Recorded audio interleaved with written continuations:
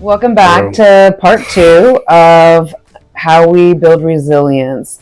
Something that, maybe somebody doesn't understand is how to have resilience and the things, where do we start if we have not learned that, or we haven't given ourselves the ability to learn it, right? Mm-hmm. So one of the things that, we talked about in our break was our why.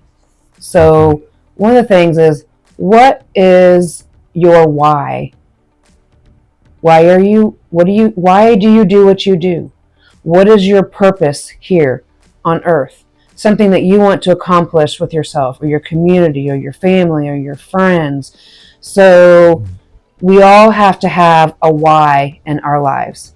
When I was going through my weight loss journey, I had a why, and that kept me going. My why was my health, to feel good, to feel confident in what I was doing. And so every day I had a why to keep on track, to keep my strength, to reach my goal, right? Mm-hmm. Not all of us reach all of our goals we want to accomplish, because sometimes we're thinking, I don't really think that that's a goal of mine anymore. It changes. Yeah, right? Yeah. So, your why is, your deeper purpose, your cause, your belief, and your core motivation. What motivates you to get out of bed? What motivates you to be a kind person? What motivates you to be a volunteer with different organizations within your community? Why do you do that? Well, a lot of people volunteer to give back to their community. Why do you do the vocation you do? Right. Yeah. Yeah. So giving back to your community is rewarding for ourselves, and that alone builds resilience. Mm-hmm. And people don't think about that when they volunteer places, that you're building resilience in that act alone. And I think sometimes we get burnt out or other things happen when we lose our focus of our why. Sure. When I felt called into chaplaincy, specifically to first responders, somebody once asked me what my why was. Mm-hmm. And I didn't have to think about it, to save lives. Yeah. In law enforcement, suicide's the number one killer. Yeah. There's 22 veterans a day that take their own life. And to touch on that, so that's why I do what I do, is to save lives. Yeah, absolutely. Yeah. And that is something that, myself, I've experienced twice in my life, is the loss of 2 important people in my life by suicide. Yep. And people ask me, how do you talk about that? How do you educate people? How do you do what you do? Well, because it is my why to be able to give back to the people, to help them understand why somebody may have done that, or to help prevent that. It gives me I don't know what I can say. Compassion, passion for that. Yeah, that's my passion, is because I'm able to give back and help people, and it makes me feel better about the loss of those 2 people that were important in my life. Right. Right. That's, I would say that qualifies as not wasting your pain. Yeah. Yeah. Yeah. I'm using my pain to help other people. Right. And, I've had that same question when I was a hospice nurse. How are you able to be a hospice nurse? Right. Well, what an amazing thing to be a hospice nurse, to go in to somebody's home at their most vulnerable time, at the end of life, to be able to give them comfort and education and support. To me, it was an honor to be able to be a hospice nurse and help families at the end of life. Right. And that was my why, is the honor that it brought me to help people. Right. So what else do we teach people, or how do we help everybody to learn the resilience? Start from scratch. If you don't know what it is or what it means, or maybe you just have a general idea. But like we were talking, I think anybody that's in a first responder role, be it healthcare, law enforcement, fire, dispatch, corrections. Right. I think probably, I mean, I'd venture to guess that over 90% of people in those roles have a natural resilience. Sure. You have to, because going in, you're going to see and do things that the average person won't in a lifetime, or maybe only once in a lifetime. And it's almost inherent, I think, or prerequisite for that job to be resilient. Sure. But that's only going to take you so far, natural resilience, where you still have to build it. You still have to maintain it. Mm-hmm. And it goes back to like the muscle thing, Mm-hmm. If you don't exercise it, you don't make it stronger, atrophy will set in and burn out, and then maybe other, bad things. Sure. So to build it, I think educate yourself.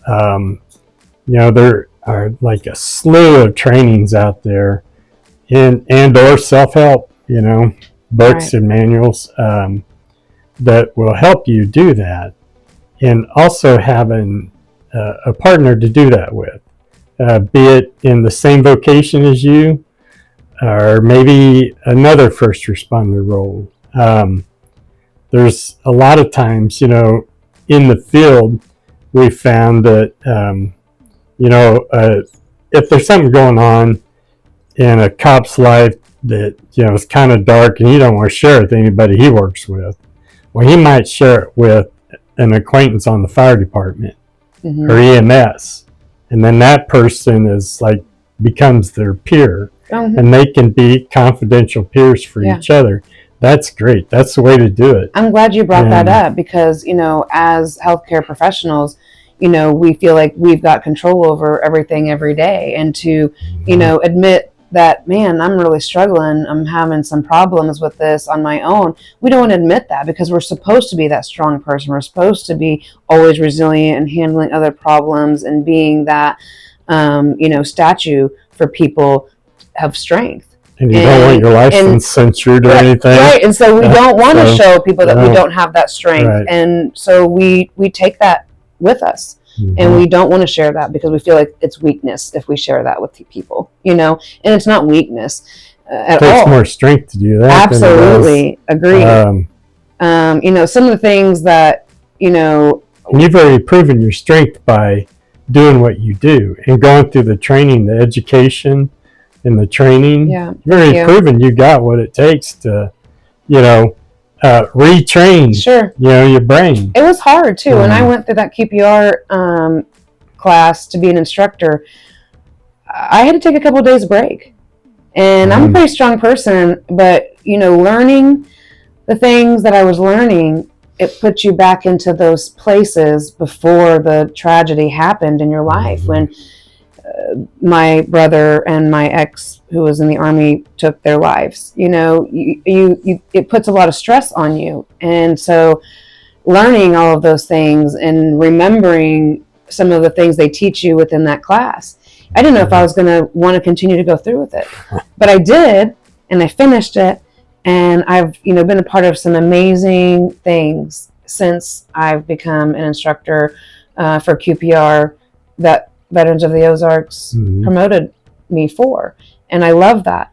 And some of the things that, I can tell you as far as examples of, if you don't know what your why is, maybe an example of is to empower others to achieve their full potential, create a positive impact through innovation, foster community and connection, which we talked about, volunteering. That is part of it too, and to learn. Serving others is a great way to build a resilience and or maintain it. Sure. Your compassion and your why. Yeah, absolutely. You learn and share knowledge daily about your why.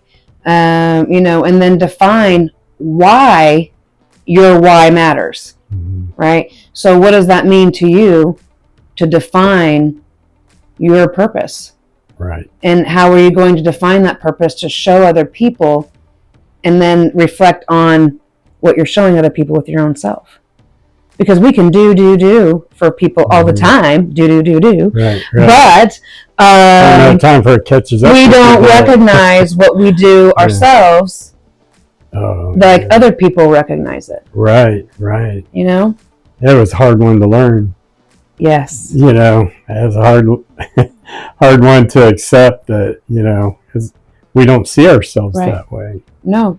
And our why matters because, we are fulfilling ourselves. We're fulfilling needs of other people. Why it matters is guidance. We all have to have guidance in our life to have strength for whatever situation arises. I think mentorship's good in that too. It's important, whether it's formal, informal, spoken or not spoken. I have mentors that they don't know they're mentors, right? But I watch them, I observe, and I listen. Sure. And that helps me in what I do. Sure. And then we also have to have the motivation to create that why, to have that resilience. It's hard to be intentional. It's hard to get that motivation sometimes. It is, and we all struggled with that motivation. And I've struggled with motivation some days starting the day. Yeah. Starting the day sometimes is a challenge. Takes a little bit to get wound up. Yes. And I don't think I would have ever admitted what I just said years ago. Yeah, same. Let's have that conversation the other day. It was like 20 years ago. No. Yeah. Yeah. Today, no problem. I mean, 'cause I used to be old school, suck it up. Yeah. My grandma, pull your big girl panties up and move on. Right. That was what I heard. Until you learn that, like the book I talked about, The Body Keeps the Score. Yeah. Man, that book had been around a long time, and I kept hearing about it. Then I finally read it, and it was like, wow, it's like this dude had like inside information on me. and it's so true. So you may think you're fine, right? But there's a new meaning of fine. Sure. I found out 3 or 4 years ago, and I won't say it, but effed up, insecure, needy, emotional. So when somebody says they're fine, they're usually lying. Yeah, or I'm just peachy. Yeah, living the dream. Yeah, living the dream. Sure you are. One of the things that I know that helps me also is I love to listen to audiobooks or podcasts. But the thing is for me with books is I'm never able to stick with just one book and finish it from the beginning to end before I move on to the next one. And so for me, and that's okay. And I've learned to accept that about myself. And so for me, reading or listening to multiple audiobooks or podcasts, and maybe I'm listening to it for an hour, but in psychology, they teach us that your brain only really retains 20 minutes out of an hour. Right. So give yourself 20 minutes out of an hour. It used to be 40 or 45 minutes. No. But the more time goes on, the more... Yeah, and it's true. And so when you are an adult and you're going through all these trainings and you're there for 8 hours, it's like, oh, my brain is so tired. Well, of course, because your brain is not meant to retain all of that information. It retains the key points that are important to you. And what's important to me is going to be different from what's important to you for what you take away. So whatever we take away of importance to us is how we can help ourselves with our whys and our resilience in life. Out of all the hours I spent in breakout sessions at the recent, state CIT conference, that was the main quote that stood out and stuck with me was, resilience is a muscle that needs to be built, and it doesn't happen overnight. No. And the dude that told it was Jason Schlecterly. He was a Phoenix cop briefly. He was 14 months into the job, and he got rear-ended. His car blew up. He nearly burned alive, and he's come a long way. Yeah. If you learn something about resilience, that'd be a good source. Absolutely. In building it, just being intentional. Sure. You gotta, and like, it's not gonna happen overnight. No, like I could have let my tragedies just take me down. And they were debilitating at times, I'm they sure. were. The first 2 weeks after my tragedies, I didn't have resilience. I didn't have strength. I didn't have motivation. I didn't know what I was going to do. I didn't know what to do. And my strength was lost during that time. And my strength came back because of support, with my niece coming and saying, "Hey, Rachel, we're going to go to Silver Dollar City today." "No, I don't feel like it." "Nope, we're going." And so, I got out of the house. I got out of bed. I went. I told myself I wasn't going to enjoy it. I'm not going to enjoy myself. I don't want to be around people. And it was the moment where I just did kind of slowly come alive and back to myself a little bit, with the strength of knowing that I need to be that person in my family to make everything flow and work out. And then I started to rebuild. Started being myself. Intentional. Yes. Even if it was hard. Man, or, hard. Yes. Crawling at first, and then walking, and now you're running. Right. And most time. And you do have setbacks of your resilience and your whys, and that is normal, and it's okay. And I learned not to beat myself up when I have those days. When it happens. Yeah. Right. I just know that it's going to be a better day the next day, hopefully. Right. So. Yeah. Anything else? You're going to have to cut out that pause for me. Pause. Well, sometimes we got to practice a pause. Yeah, actually, you're right. I got to hit the pause button sometimes. It's like, especially when stuff starts getting like overwhelming, or you're feeling like you're going south in a hurry, Yeah. And you're going to fall off the cliff, and hit the pause button. Sure. And something I'm learning in life right now, for the first time, is being still. Right. Being still is hard. It's foreign to me, but that's kind of where I'm at in my world, is just be still, Rachel. Right. And that actually has given me peace to be able to offload all of the heaviness that's been on my shoulders, is to just remain still. Maybe that's what we'll talk about next time. Yeah. Is offloading. Yeah. Because you have to. You said earlier, taking some of those rocks out of your backpack, Yeah, you have to. Don't need to be there. That's right. I mean, sometimes, we're carrying stuff around that we shouldn't be carrying. It's not our responsibility. Amen. Amen. But we like taking responsibility because we're helpers. Yes. And we want to help. We want to serve the masses, and our self care, our self psyche. Be damned. All right. I mean, right.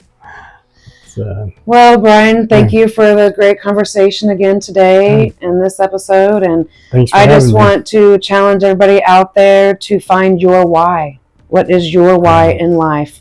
Write it down if you have to. Be resilient. Thank you guys, and have a beautiful day. And forgive yourself.